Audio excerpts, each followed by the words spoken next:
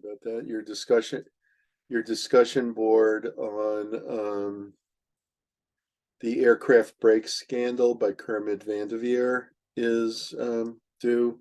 Oh no, yeah, I said tonight, and so you should be working on that. The aircraft brake scandal is a great case. It's about the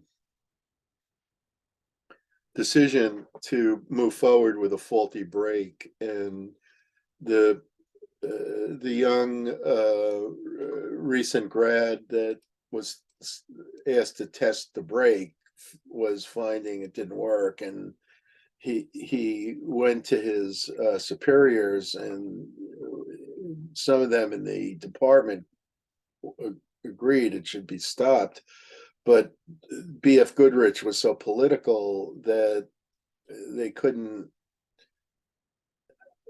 stop the rolling ball, and they there was conflict about whether to go forward with it, and it ends up that the people who wanted to do the right thing will end up leaving the company, and the people who made the corrupt decision will get promoted, more or less. So, or at least they stay with the company. So basically, it kind of gives an illustration of how groups can interact, not always in a positive way. And you can imagine that similar kinds of processes went on in FTX, the recent debacle with the internet. I'm sorry, with the um, um,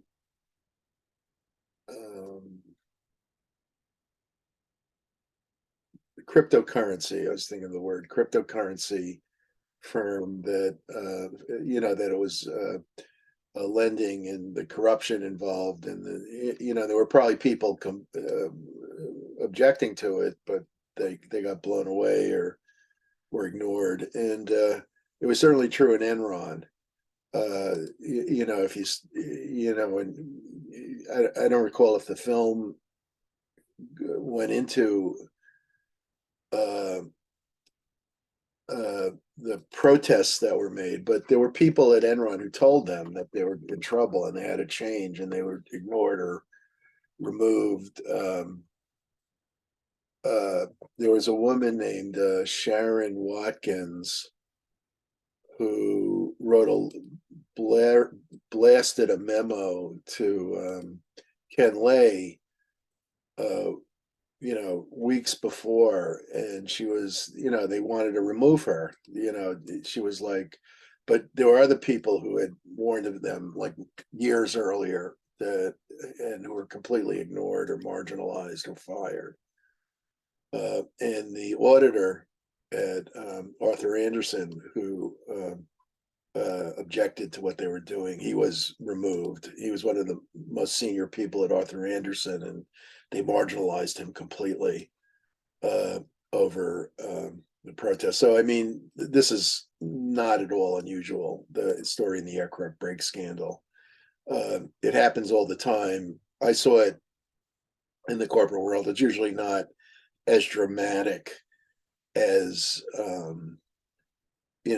Enron or something. That those are extreme cases, but in little ways, these things happen all the time, and it's something you got to get used to in any kind of decision making. So anyway, let's get into groups and teams and motivation. But before, a couple of minutes, what happened in banking this past week? Who can tell me current events in banking?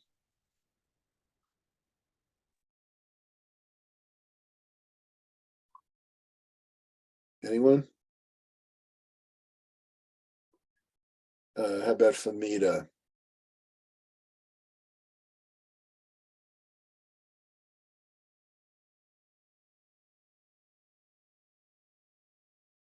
Anyone? Brendan?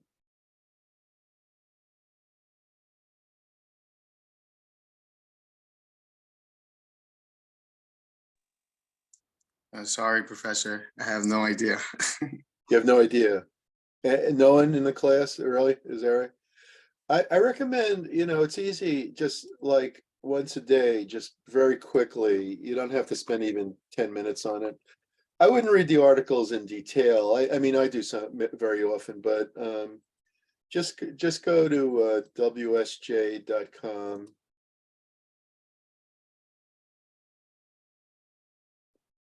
Okay. I saw a headline. It says banking crisis hangover economy, reclining recession fear. Yeah, okay. So let's turn on the Wall Street Journal for a second. I'll share the screen. Let's see what it's saying today. I was looking at it a little earlier, to be honest, but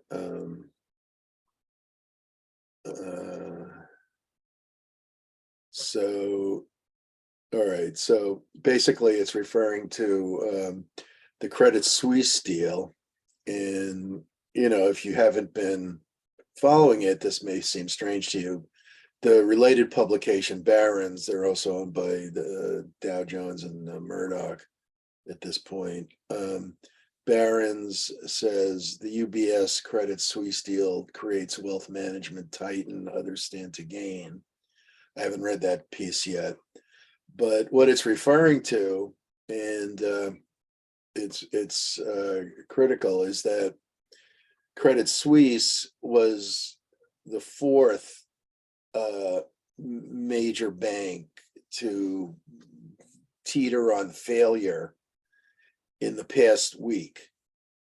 So this article here, dated March 7th, First Republic Bank sinks bank stocks as investors shrug off 30 billion infusion. And basically what has happened is that first Silicon Valley Bank failed, and Silicon Valley Bank was the 16th largest bank. So you're talking about a major bank that had a lot of depositors in the tech field. And this bank failed. It was then rescued by the federal government. Right thereafter, another bank, Signature Bank, also a good sized bank, similar size, failed to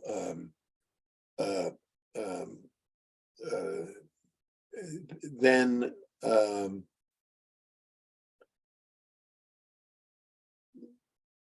the First Republic, which is a regional bank, was about to fail, and 16, I think it was 11 actually, major banks stepped in and each gave over $2 billion. So they gave a total of 30 billion that they deposited in this bank so they would have the cash to survive. And then Credit Suisse, which is also a major bank, a global bank, had been having problems for a long time, and they were about to fail. And the Swiss National Bank stepped in and bailed them out. And then I guess I don't know the details, but they somehow arranged, or UBS, which is also a Swiss bank, took them over. So you've had two failures and two near failures that were only saved due to government intervention. And basically, you should know that banking failures are directly tied to depressions. All right, so banking failures will lead to depressions because if people are taking their money out of banks, they're afraid there are what's called bank runs, or situations where large numbers of people are removing their money from banks. Banks can't lend, and if they can't lend, then business grinds to a halt, and there's a depression. All right, so that means that life gets very tough for everybody. And one of the things many of you are trying to do is find a job when you graduate. And if there's a depression, it's going to be a lot harder to find a job. So basically, the big question now that's facing, and again, you can Google this or just look at the Wall Street Journal, which I've been reading lately, and all media is biased. I often have a problem with mainstream media, but if you look at the Wall Street Journal, they do a decent job of covering the financial news day to day. And here's a big plunge in Credit Suisse. Now they're getting taken over, but the big question is, you can ask them, you can do a search on it. Federal Reserve Bank.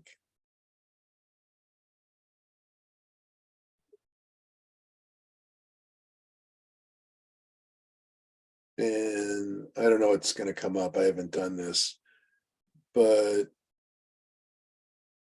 okay. So as of March 16th, which was 4 days ago, the journal is saying that the Fed could follow the European central bank's decision to raise interest rates. The ECB lifted interest rates by 50 basis points. Now, what has changed in only 4 days is that, yeah, okay, so this is the story I was going to talk about. All right, so it was actually before the other one. I'm sorry, I don't mean to run a thing like that, but basically what has happened in the past 4 days is that with all these bank failures, it's going to be difficult for the Fed to raise interest rates. Raising interest rates causes the bank failures. So in other words, the Fed, having raised interest rates in the past year from 0 to 4, which is the most rapid rate increase in history. I'm not saying the interest rates now are especially high. They're by historical standards reasonable, but they were so low for so long since the 08-09 crash that returning to a normal level of interest rates is traumatic for a lot of institutions. And so basically, the banks are failing now. Credit Suisse got bought out by UBS. That's correct. And so basically, the banks are in a position that they lend long term, like they make loans for long periods of time, such as for home mortgages or for people buying a car. So people buy a car, they take out a 4 or 5 year loan, but the bank borrows for a few months. And then usually that works because short-term interest rates are normally lower than long-term interest rates. So they can make a profit and borrow short-term. But what happens when the Fed raises interest rates dramatically is what's called an inverted yield curve, which just means that the short-term rates are higher than the long-term rates. And this has occurred now, and it's probably the most extreme inverted yield curve in history. So basically, the banks are in a position where they're losing money. This has been compounded because some of them speculated in long-term bonds. And when I say speculated, most people don't think of long-term bonds as being that dramatic a risk, but they can be. And so basically, SVB bought long-term bonds. When interest rates go up, bonds go down. Okay, it's inverse. So bond prices go down. I've talked about this already, I believe. So basically, they were holding a lot of bonds, and the bonds went down in value, and depositors started to get nervous, and this was leading to a run on the bank.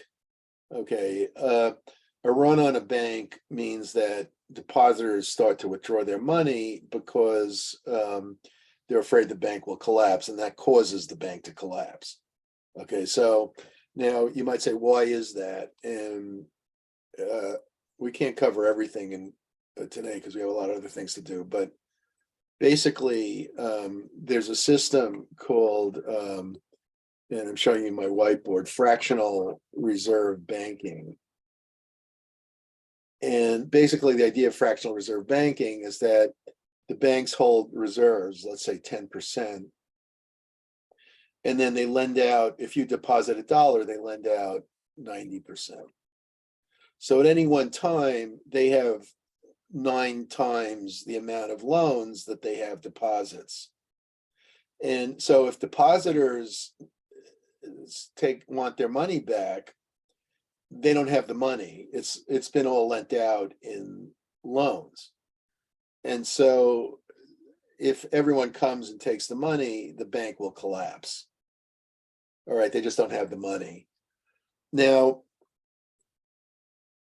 as a result of the inherent instability of fractional reserve banking, and it is inherently unstable, I won't go into the long history. It's a whole huge subject that you can study for your lifetime. But basically, in the 1930s, the government set up, as part of the New Deal, the Federal Deposit Insurance Corporation, which insures deposits. And for savings and loans, they set up the FSLIC, and they're the same. And basically, the idea is that they insure deposits. So if a bank collapses, you're insured up to $250,000 for yourself. If you're married, the joint coverage is $500,000. So basically, if you're married and the couple puts $500,000 in a bank account, I don't know why you do that, but I suppose if you're very wealthy, you might. But I don't advise putting all your money in a bank account anyway. But let's say you've got 15,000 or something like that. Most people probably have 1,000 or whatever, but that will be insured, so you don't have to worry. So the point of the FDIC insurance is that people don't have to worry, so there won't be bank runs. All right. Now, nevertheless, at SVB, there was another problem, which was that most of the depositors, when I say most, I mean the depositors with the biggest deposits, weren't insured because the amounts were well above 250,000. So, for example, if you're a tech company with a $10 million a month payroll and you deposited the money for the payroll in the checking account, that's lost. If the bank collapses, they only insure up to 250,000. So you're screwed. You lose that whole payroll. That's, for a lot of companies, that could cause bankruptcy. So basically, the federal government stepped in, and they said to the depositors, "We'll cover you." Now, that's good, and I'm not saying that's wrong, because basically, if one bank goes, then people are going to get scared. You know, even in my neighborhood up here in upstate New York, I was talking to the guy at the garbage dump, and he was saying to me, "How do you think I should take my money out of the little bank up here?" And basically, I said, "No, I know the guy that runs it, and he was telling me that they're in very good shape." But the thing is, people are going to start thinking that way, whether the banks are in a good shape or not. And so they'll start taking their money out. So basically, the government did the right thing in putting the money back into SVB and making the depositors whole. But the thing is, if this starts to spread and more banks suffer these kind of problems, the government won't be able to cover everybody. They just, it's too big. And so the problem then becomes, should the Fed stop raising interest rates because of that? All right, so this is the big issue right now, and it affects you greatly. Now, there are two effects. If the Fed stops raising interest rates, it'll save the banking system for sure. I'm not sure it'll kill the banking system if they keep raising rates. That no one knows that, but certainly loosening money at this point would make life easier for the banks. But what's the effect of that going to be on inflation? The effect is going to be that we're living with permanent inflation. And so inflation could go back up to not just what it was, but it could go a lot higher. This was the Volcker mistake in 1980, I think it was. He was tightening, and there was a lot of pain in the economy, and it causes the pain. And then, just as what happened to Powell, Congress started attacking him and attacking the Fed. And then he said, okay, I'll loosen rates. He loosened rates, and then there was an explosion in inflation again. And so then he had to tighten even more, and that caused even more pain. So, I don't think I don't think America can retain its status as a world leader with an inflationary economy. I think that will put us in the same boat as Argentina, which in the 1920s had the seventh richest economy in the world, and today is a joke. No one takes them seriously with all the problems they've had, and the reason was inflation. And basically, what happened in France this week, I'll get into motivation in a second, is equally disturbing. The French president, Emmanuel Macron, somehow that reminds me of a pastry. I think there's a pastry called a Macron. But in any case,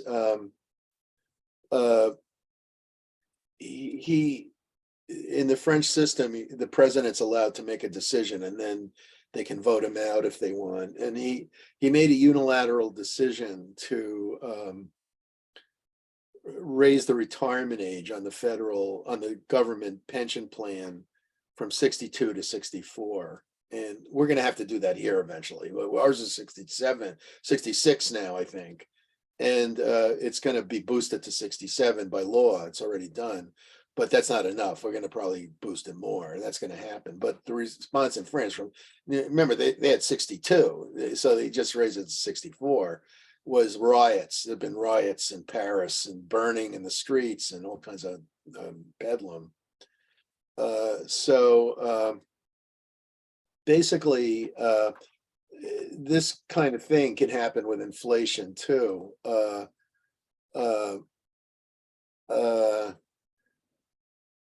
No, bedlam is not a word. Chaos. I'll use the wrong word, but chaos. So basically, this is a reason to be concerned. So if Powell does decide to give in, the markets are going to go crazy. You're going to see like all the stocks going up. But what that will then do is it'll probably lead to longer term inflationary economy. And the BRIC countries at this point, Brazil, Russia, India, and China, along with Iran and North Korea and other ones, are gonna, they want to see a different reserve currency. And it could create sympathy around the world for an alternative reserve currency, which will be painful here. Okay, so there are a lot of issues that are, and these are going to, all of this concerns you directly. Don't think it's just theory. I'm just talking about some abstract thing, and this is like real world stuff that's going to affect your life directly. It could affect you for the rest of your life. So basically, now that I've been depressing, let's do attendance, and then we can move on to motivation and teams. Farhad. I'm here. Okay. Ahmed Alcor. Mohammed Afi, Jenna Bell, I'm here. hello. Joseph Catanzaro. Joseph.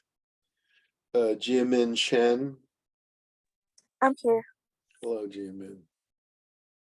Janine Cola, I'm here. hello. Kermia Cyrus, I'm here. hello. David Esterovsky, I'm here, Professor. hello, sir. Marimar Garcia, Monica Garcia, Here. hello. Alexia Harrigan, I'm here. hello. Haney Jiang, Yusuf Khan, I'm here, Professor. hello Yusuf. Georgie Kareem Lishvili, I'm here. hello, sir. Summer Lamb, Here. hello. Hongjian Lin, Here. hello. Hamdi, Here. hello. Ludley, Bamida, Here. hello. Emmanuel Plamakis,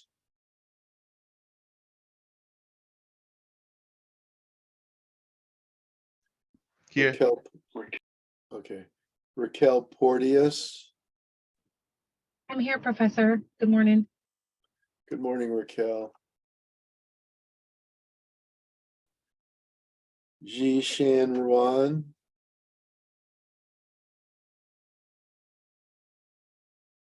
Brendan, Here, Professor. Morning. Aaliyah, Todd, I'm here, Professor. Good morning. good morning. Stacy Ergiles, I'm here. Good morning. good morning. Denasia Warner, Here. good morning. Jack Wu, Here. hello. Yayin Zhang, I'm here, Professor. hello. Yixuan Zhang, I'm here. hello. Matthew Zhao, Here, Professor. hello.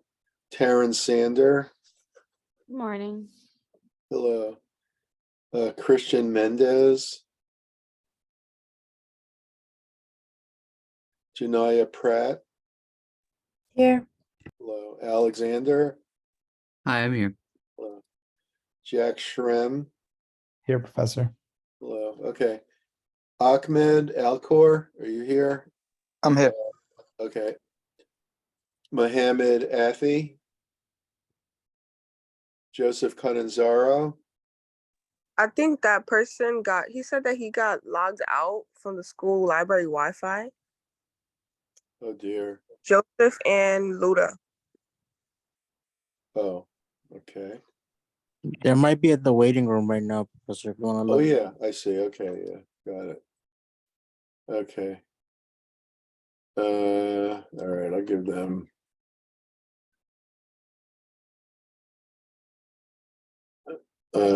So Mohammed Athi, Marimar Garcia, Kani Jiang, Famita. I'm here, Professor. Who's that? Garcia. Okay. And Kenny. Oh, you're here too, huh? Professor, my internet dropped mid-class. This is Joseph. I don't know if I'm here. Okay, you got in, yeah. Okay, I gotcha. Famita Petwari, Jishan Here. Ruan. Famita's here. Yeah, I'm here.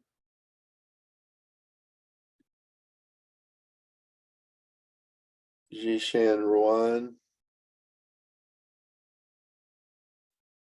And Christian Mendez. Okay. Hi, Professor. I'm here as well. My phone call got dropped. I'm not sure why. Okay, gotcha. Thank you. You're welcome. All right, so let's go back. I've been talking about motivation. Let's finish that up. And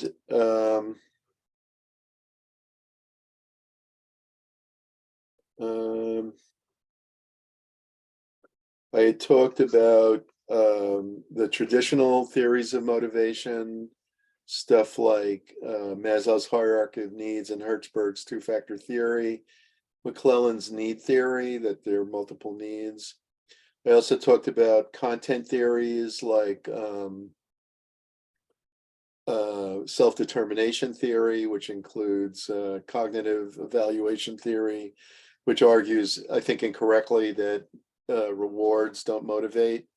I also talked about self-concordance theory, that people who pursue work goals that align with their interests are more satisfied. I talked about regulatory focus theory, and that people differ in what their motives are. Some focus on promotions, some focus on preventing losses or risk aversion. I also talked about job engagement theory, that engagement is the investment of an employer's energies and personality traits, as well as organizational culture will affect engagement. We also talked about some context-based theories, and these include operant conditioning or behaviorism and social learning theory. And we also talked about process-based theories, and these include the idea of expectancy theory, that just to rehash it for a second, that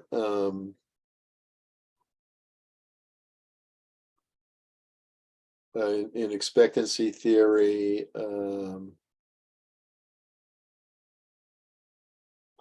motivation equals the product of the valence for the reward times the expectancy that effort will lead to performance times the expectancy that the performance will lead to the expected outcome. And all of these have to be present, outcome meaning reward. All of these have to be present in order to motivate someone.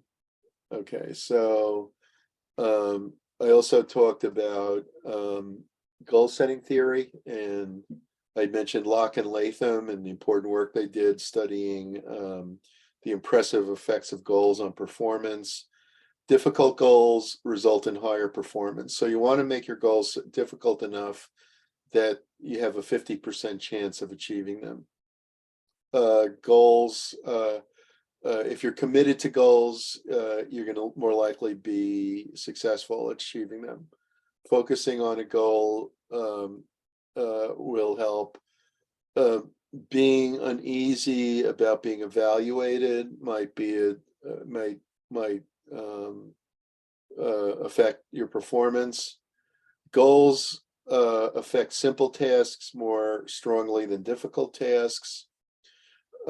Independent tasks are affected more than interdependent tasks. Feedback leads to higher performance. We'll talk about this again with the job characteristics model. And also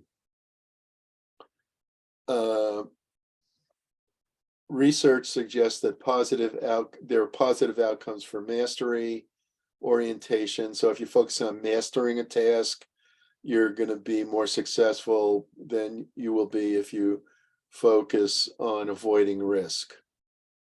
All right, now self-efficacy theory is just the idea that if you have beliefs that you're capable of performing a task, and you have a lot of self-confidence, you will be more likely to succeed.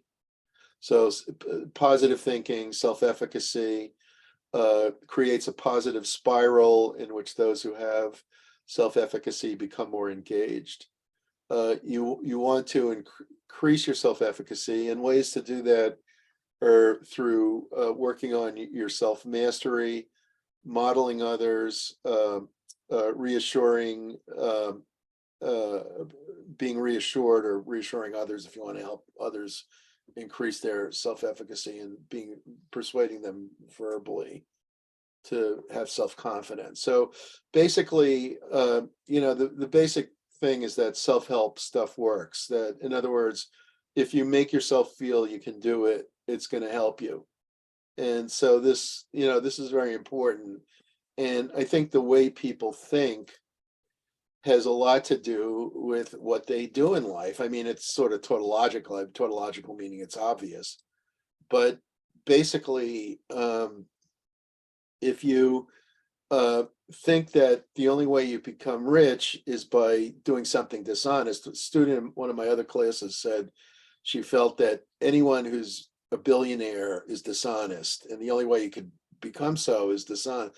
So if you think that becoming rich requires that you behave dishonestly, and what that's going to do is one of two things. It'll ensure that you never become rich, which I think some of you don't want to happen to you. You do want to become rich. And then secondly, it creates the mistaken theory that in order to become rich, you need to be dishonest.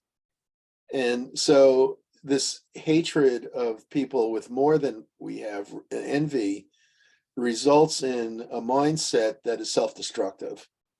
It's self-destructive because, one, it prevents you from becoming rich, or two, it causes you to behave unethically. And both of those are self-destructive. So I think envy is a poisonous emotion. And, that's one of the things that you need to overcome. You need to say no to in yourself to become more self-efficacious. All right, now, I didn't talk about equity theory last time, and I'm going to spend a minute on it. It's very important from an HR standpoint, and it's good to be aware of it in ourselves, that we sometimes feel this way. So equity theory posits that there's a ratio. Some people say, why a ratio? Why not subtraction? And I don't know, but it's a good model because it makes you realize that there's a relationship. That, in other words, there's an outcome or a reward paid to somebody, and it's related to, there's a ratio to the input, which is effort. Okay, so you see in yourself, and let's call this person P. The person sees in themselves, P for person, the person sees in themselves this ratio that they put out so much effort and they got this reward. Now they draw social comparisons. Okay, so, and what they want to do is, based on these social comparisons, comparing it to other people, they want to feel as though they're getting their fair shake. So they compare their outcome to somebody else's outcome. We'll call them person O, other person. And the other person's outcome also has a ratio to their inputs. Now, let's say you feel that your input, based on the comparison you draw and the impression you have, is equal to what the other person did. They put in half the effort as you and they got half the raise. Okay, they put in less effort than you and they got less raise. So they put the same effort as you and got the same raise. Then you're okay. Then that's fair, and you don't do it. If it's not equal, then you experience what's called, and we've talked about this already, cognitive dissonance.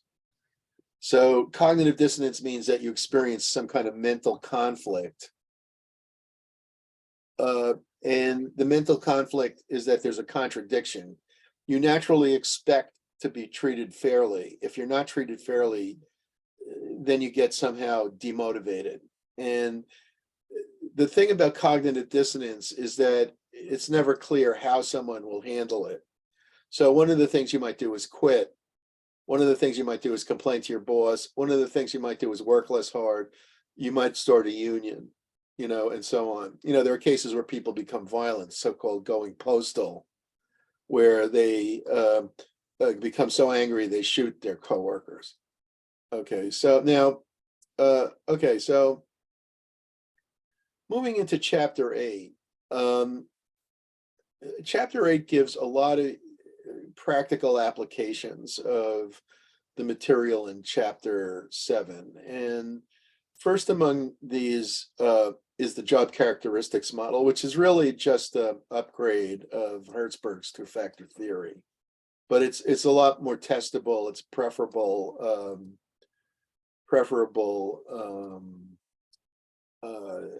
from a research standpoint, but it's also it gives the employer a clearer roadmap. Not that Hertzberg didn't, but it improves. And he talked about vertical job loading, and so do they. And they build on a lot of what Hertzberg said, but it's a little bit more elegant. And what the Hackman and Oldham job characteristics model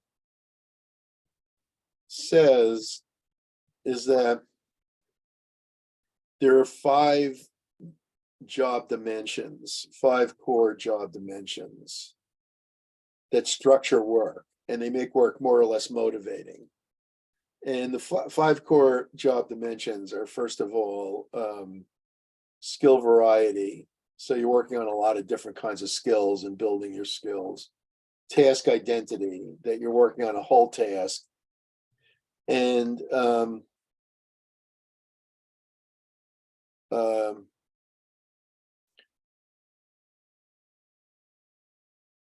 task significance, that the task has meaning for you. Okay, and in addition to these kind of structured things, that you get feedback on what you do, and you have autonomy. So you have now the 5 core job dimensions in turn lead to psychological states, according to Hackman and Oldham. And the psychological states have to do with, first of all, experienced meaningfulness from the job structure. So the degree of variety, identity, and significance leads to how experienced meaningfulness you feel. And then the feedback that you get gives you knowledge of results. And the autonomy, the degree of autonomy that you experience bestows on you a sense of responsibility.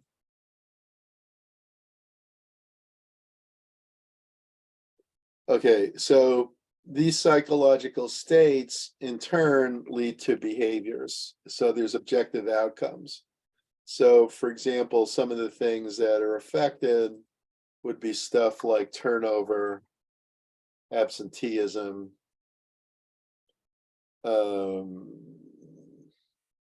commitment, and unit productivity.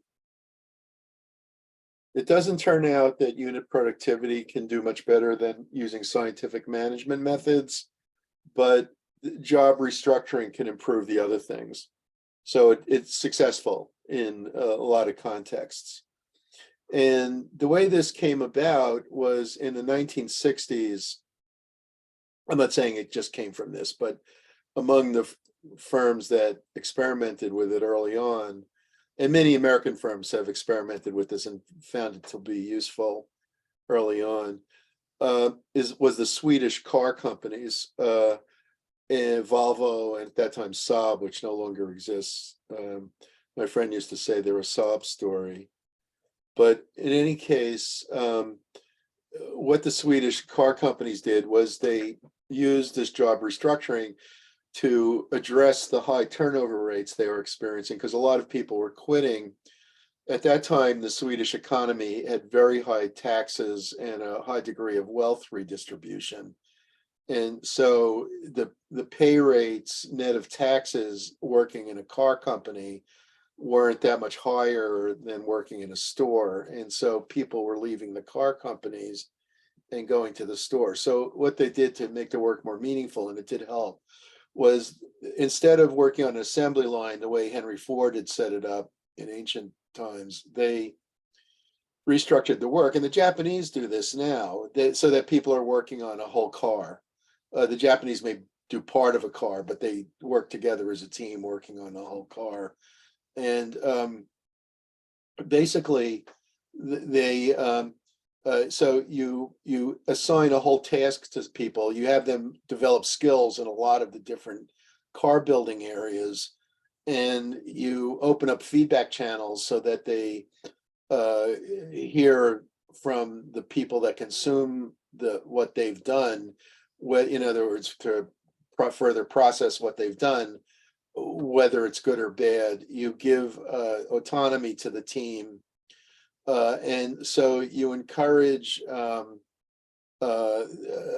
sense that you're doing something creative, and this results in a higher motivation level. Since the 1960s, incidentally, the Swedes have gone away from that highly taxed. They're still much more taxed than we are, but they've gone in a free market direction. And so they're much more free market than they had been.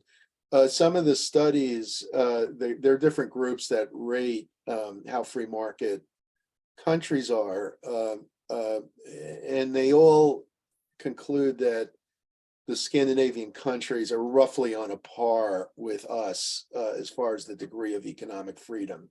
So in one of my classes, a student said that Sweden is a socialist country, and this is very, very far from accurate. Basically, they've got most of the country works for private firms, and they're not just corporations like here and publicly held corporations. They work for privately held firms.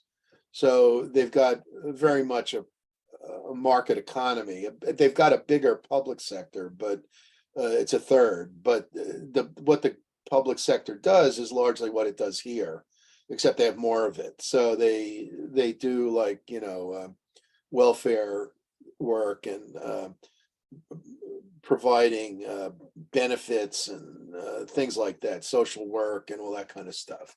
But they have more intervention, and they're a lot nosier, and they'll get involved in your life a lot more. And a lot of Americans would not like that.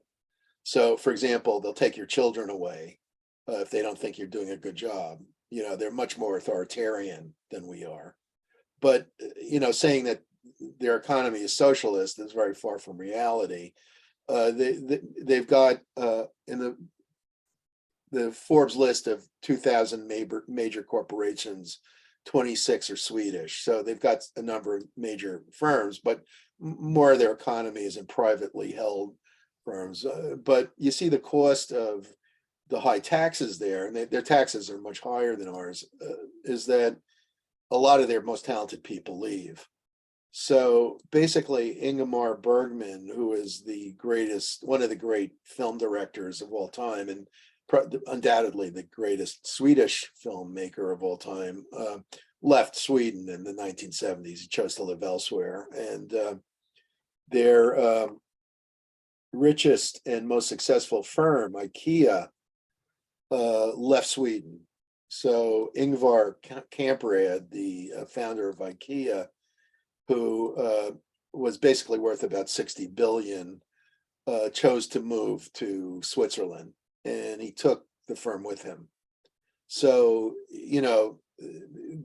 basically they have to live with less innovation and less wealth. Now, I'm not saying they're poor. Their GDP per capita is very good. It's, they're affluent. They have a very nice life there. But the thing is, I don't think most Americans could stand the degree of collectivism. Most people don't want social workers nosing around seeing how they raise their kids, or they don't want the high degree of conformity that goes on there. That, you know, just not how Americans are. There's much more diversity, and so a student said, well, he wouldn't mind paying the Swedish taxes if he actually got the health care for the taxes. And that's, you know, it's in the nature of interest groups that in America, we have huge diversity and there are large numbers of interest groups. When I say diversity, it's economic diversity, it's social diversity, it's all kinds of diversity. And these interest groups are all trying to get the most for themselves. And they in a small country like Sweden, they're all each other's relative, basically. Probably if you go back 8 or 9 generations, they're all related. And so they, you know, there's like a lot more kinship there. So, you know, if they're not going to here, you know, a company like Enron doesn't think twice about committing accounting fraud, you know, but there, if you commit accounting fraud, you cheat your relatives. So there's going to be a lot different way of thinking. And so the kind of interest group extraction, rent extraction that occurs in our society doesn't occur there. And this is part of the reason why smaller countries tend to be more affluent. People always say, oh, it's so more efficient if we centralize things. The big countries with centralized governments are all poor. There's the only rich big country is the United States. Russia, India, Pakistan, Bangladesh, China, Indonesia, they're all poor countries. The big countries are all poor countries. And the reason is in large part what I'm talking about, that special interests impose huge costs on the economy and don't see a reason to function in an ethical way. And so there's a lot of corruption in all these countries. And this plays a large role in curtailing the free market. So anyway, and this directly affects how firms manage themselves. It affects all this. So basically, I should mention job rotation and job enrichment. And basically the idea of job rotation is that you bring in employees and they participate around the company with different jobs. And so you get them to try different jobs and then they pick the job that's optimal for them. There is also an approach to job design, which kind of is already covered by the job characteristics model, which is that you shift the spotlight from the employee's job itself to the person who the employee affects. So if somebody's building a car, you show them pictures of people who've enjoyed the car, or you introduce them to people, or they learn about how people have benefited from the car they built. And this makes them take the car building more seriously. There's also a lot of alternative work arrangements that are very important. And increasingly, we live in a gig economy with more flexibility. And so we see here increasing use of flex time. We see more telecommuting. As of 2018, 46.5% of people with bachelor's degrees worked from home some of the time.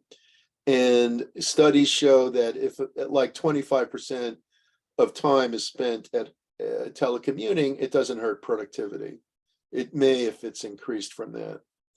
Employee involvement programs are programs that encourage employees to give input and increase their commitment to the organization.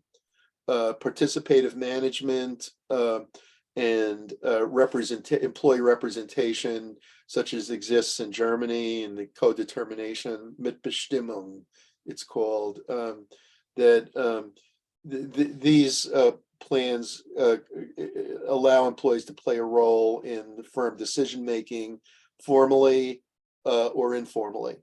And Works councils in Germany are an example of that. Pay plays a huge role in motivation. In a Society for Human Resource Management survey, 47% of respondents said that they were staying because of pay, and 62% said that they were seeking a job outside of the organization because of pay.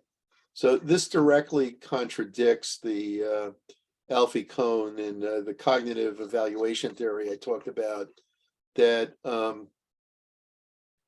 basically pay is a demotivator. It's completely false. I just don't know why people even talk about that theory. So people need to be concerned with internal and external equity.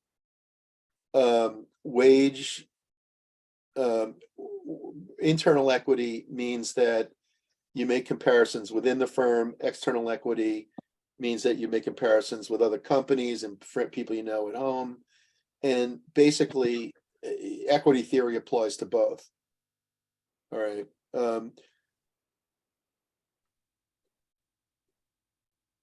There are a whole host of pay for performance plans.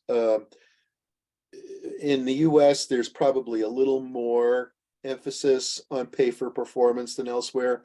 Japanese firms have traditionally used seniority until about 20 years into people's careers. In the US, we put more weight on what's called merit pay, which is that people get raises each year.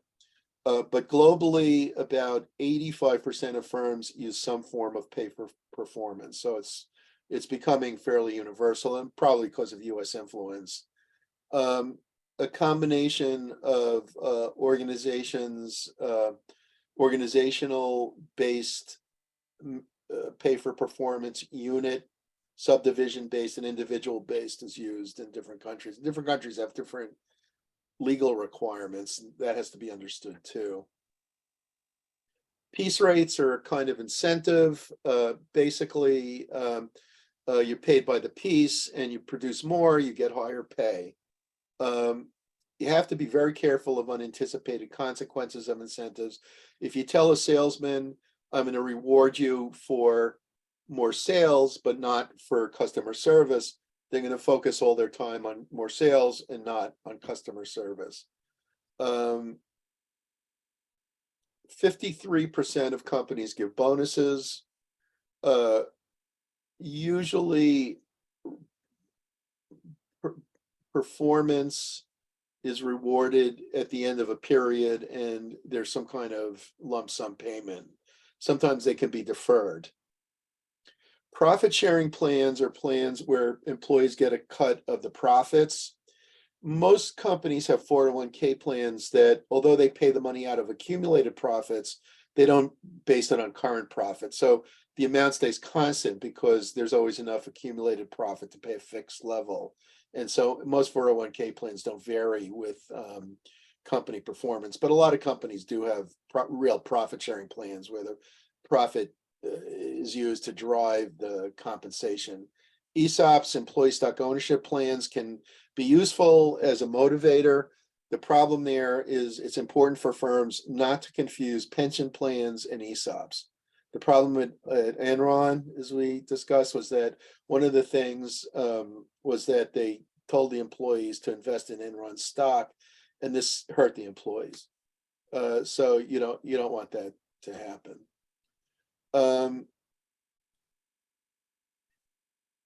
Just a couple of words on benefits, and then we'll move into groups. Benefits are 1/3 of total compensation. In a lot of companies, it's more than that. And basically, they're an important source of costs. They're not good at motivating people, but they're very important.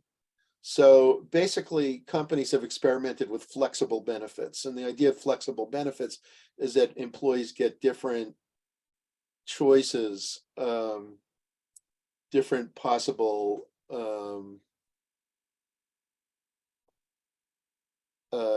benefit plans. So for example, a company might say you have a choice between a worse medical plan and a better medical plan, but if you take the better medical plan, you get less vacation or something like that. So that would be flexible benefits. They're hard to administrate, but they meet employee needs better. Okay, so let's move into the issue of groups. And there's a lot of material here, so hopefully we'll finish this by next time. I'm running a little late. I don't know what happened. So basically, a group is two or more individuals interacting and interdependent who come together to achieve objectives. And so groups are not, they're not just a collection of individuals. If there are 30 people on a subway car, that's not a group, okay?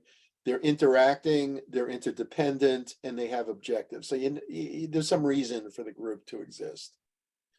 Properties of groups and the structure of groups includes roles, the role somebody plays. And this gets back to Irving Goffman and his famous book, The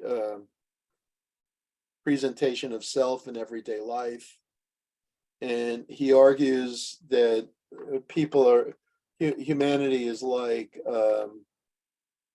actors on a stage, and we change our roles in different situations. And I think there's a lot of truth to that. So, you know, in one context, you're a student and you act one way, and you act a completely different way when you're with your friends, in everyday life. And you act yet another way when you're with your parents, and so on and so forth. So basically, we all acquire roles, and the roles people play in different groups are often roles that they like to play. They'll take on certain roles. In my other class, I don't show it in this class because I do it in the other class. I don't want to duplicate too much, but I show a film which I highly recommend, 12 Angry Men. And it's about a jury. And you can see in the film the wide range of roles that different characters gravitate toward. You know, there's of course juror number 12, Henry Fonda, juror number 8, Henry Fonda, who you know, takes on this self-appointed role of correcting the other people, and he becomes like the leader. And then there's the group comedian, and then there's the guy who wants to just get out of there, and you know, and there's a whole host of different roles. There's the cynic, and the guy who's aloof. E.G. Marshall is a stockbroker who's aloof and really smart, and he looks down on everybody basically. And each of these guys plays a role, and this is characteristic of groups, that people gravitate towards certain roles as though we're in a play. And you can analyze it. You can see what kind of roles they're playing. That groups have norms, that there are standards of behavior. Norms or standards of behavior or laws that govern behavior. In society at large, the norms are laws. In smaller entities, there's often unspoken standards. They can be written down, but there are often unspoken standards that people have that they conform to. Status. All groups have status. There's a leader. There's people who are viewed as more successful. There's also the size of the group. Bigger groups behave totally differently. I just talked about those Sweden versus the United States. They're not groups, but it's the same idea. Different groups or different size groups are going to behave differently. How the groups interact and dynamics, and also the cohesion, how tightly knit the group is. All of these are going to play a role. Formal groups are stated in the organizational chart and part of the organizational structure. Informal groups are not. Social identity theory is a theory as to why individuals consider themselves part of a group. A lot of this is cognitive dissonance. It has to do with self-esteem. Your self-esteem gets tied to a group, and then you want it to succeed. Think about Major Stonewall in 12 O'Clock High. uh, who says that the 9/18 is his biggest client. He feels some commitment to it, despite the problems. And very, very often in corporate America, people become closely knit, closely tied to the group. Part of this is relational identification. We connect to others because of our roles. And we often adopt roles because of our relations. I'll talk about that in a second. There's also identification with organizations, that we connect with an organization. And in every group, in every organization, there are in-groups and out-groups. In-groups being insiders, out-groups being outsiders. I once met a famous writer who was a member of the Skull and Bones Society at Yale, which is like the ultimate insider group. I didn't know that when I met him. I saw him on a video I showed in my class. Actually, I don't show that part to the class, but he's in the bigger video. And he says in the video, his name is Brendan Gill, and he says in the video that there are two groups of people, insiders and outsiders, and everybody wants to be an insider. And maybe that's how he saw it. He was the ultimate insider. I mean, Skull and Bones Society. I didn't know that when I met him. I knew his daughter, and basically, in any organization, you need to have in groups. Not you need to, but it's just a natural process. And the trick is to win over enough people so that you become part of the in groups.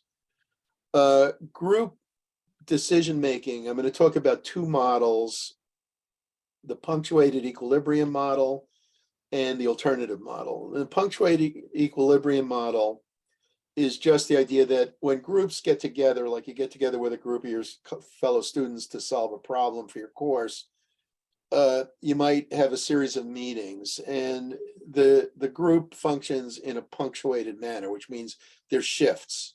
So in the first meeting, you set the group direction, and in the beginning, you don't do a lot. About halfway through, there's a transition. The group makes some changes, and more activity follows the transition. And the last meeting has highly accelerated activity. So there's more activity at midpoint and then more at the end. So there's punctuation. That's the idea of punctuated equilibrium, that there's different levels of activity at different stages. The alternative model holds that there's forming, storming, norming, and performing. I'll put these on the whiteboard. Forming, storming, norming, and performing. So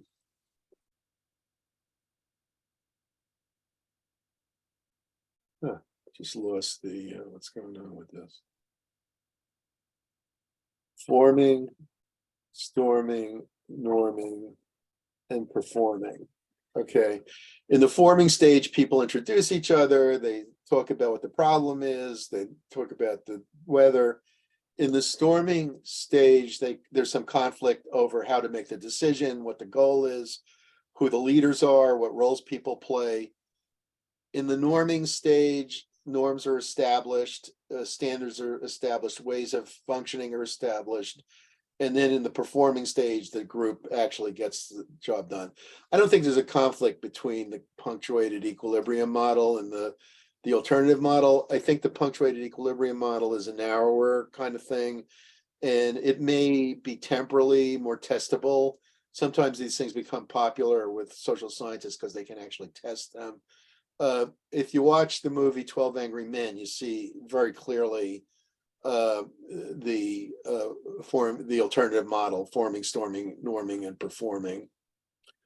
We all have role perceptions, and our perception of our role is how we feel we should act in a given situation.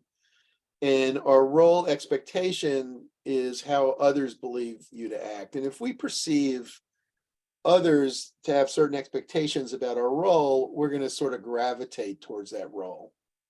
Okay, and I know in my teaching, I've done things because the students expect it, not because I think it's what I want, but because the school and the students expect it. And so your role is going to be modified. Considerable evidence suggests that groups place strong pressure on members to match their standards. And basically, there was a host of important studies done by Solomon Ash, which I think I'll talk about next time because we're just about out of time. But I did want to add, I didn't talk about, did I mention social identity theory is a set of theories that determines why individuals consider themselves to be part of a group. Oh, I did talk about that. Self-esteem ties people to the group. Now, all right, so I'll move just another minute or two. Solomon Ash is one of my favorite researchers, and he had a colleague who ended up teaching at CUNY named Stanley Milgram, and they both did similar kinds of things, and they're both really cool. And what Solomon Ash did was he recruited a group of test subjects, but the test subjects would be in the minority. So he would have a group of people, let's say 10 people sitting around a table, and it would look to the test subject as though all 10 people were also test subjects. They'd be similar in age and appearance and style and stuff. And they would think, oh, they're all students, so they're all, people from the same population. And then he would, the 9 that were his confederates would be told how to answer, and there'd only be one person who was the actual test subject. And so what he would do is he'd pass around a card, and the card would have 3 lines on it. So there'd be like a card. I'm doing this terribly, but and there'd be 3 lines, and it would be like A, B, and C. And they'd go around the table, and he'd say, which one is the shortest? And people would say B, B, B. And then he'd give another card, and he'd change the order, and people would say C, C, C, and it'd all be true. And then he'd come back to the same card, and like looking at this card, people would start saying A is shortest, and then A is shortest, and then A is shortest, and then A is shortest. And then it would come to the guy that is the test subject. And then whatever he said after him, A is shortest, A is shortest. And he'd have to decide, do I really say that B is shortest or don't I? Okay. And what Ash found is that 30 to 60% of the test subjects would say that the wrong line was shortest. Right, now, clearly a monkey could tell which line is shortest.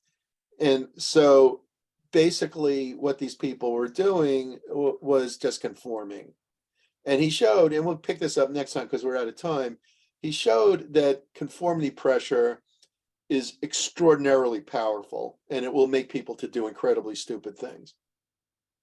All right, so we'll pick this up next time, and have a nice day or two. And don't forget your discussion board due tonight.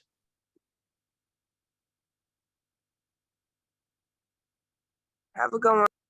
You too. Bye. Take care. Thank you, Professor. Bye. Take care. You're welcome. Thank you. If anyone has a question or anything, let me know. Otherwise, have a nice 2 days. See you on Wednesday. Any questions?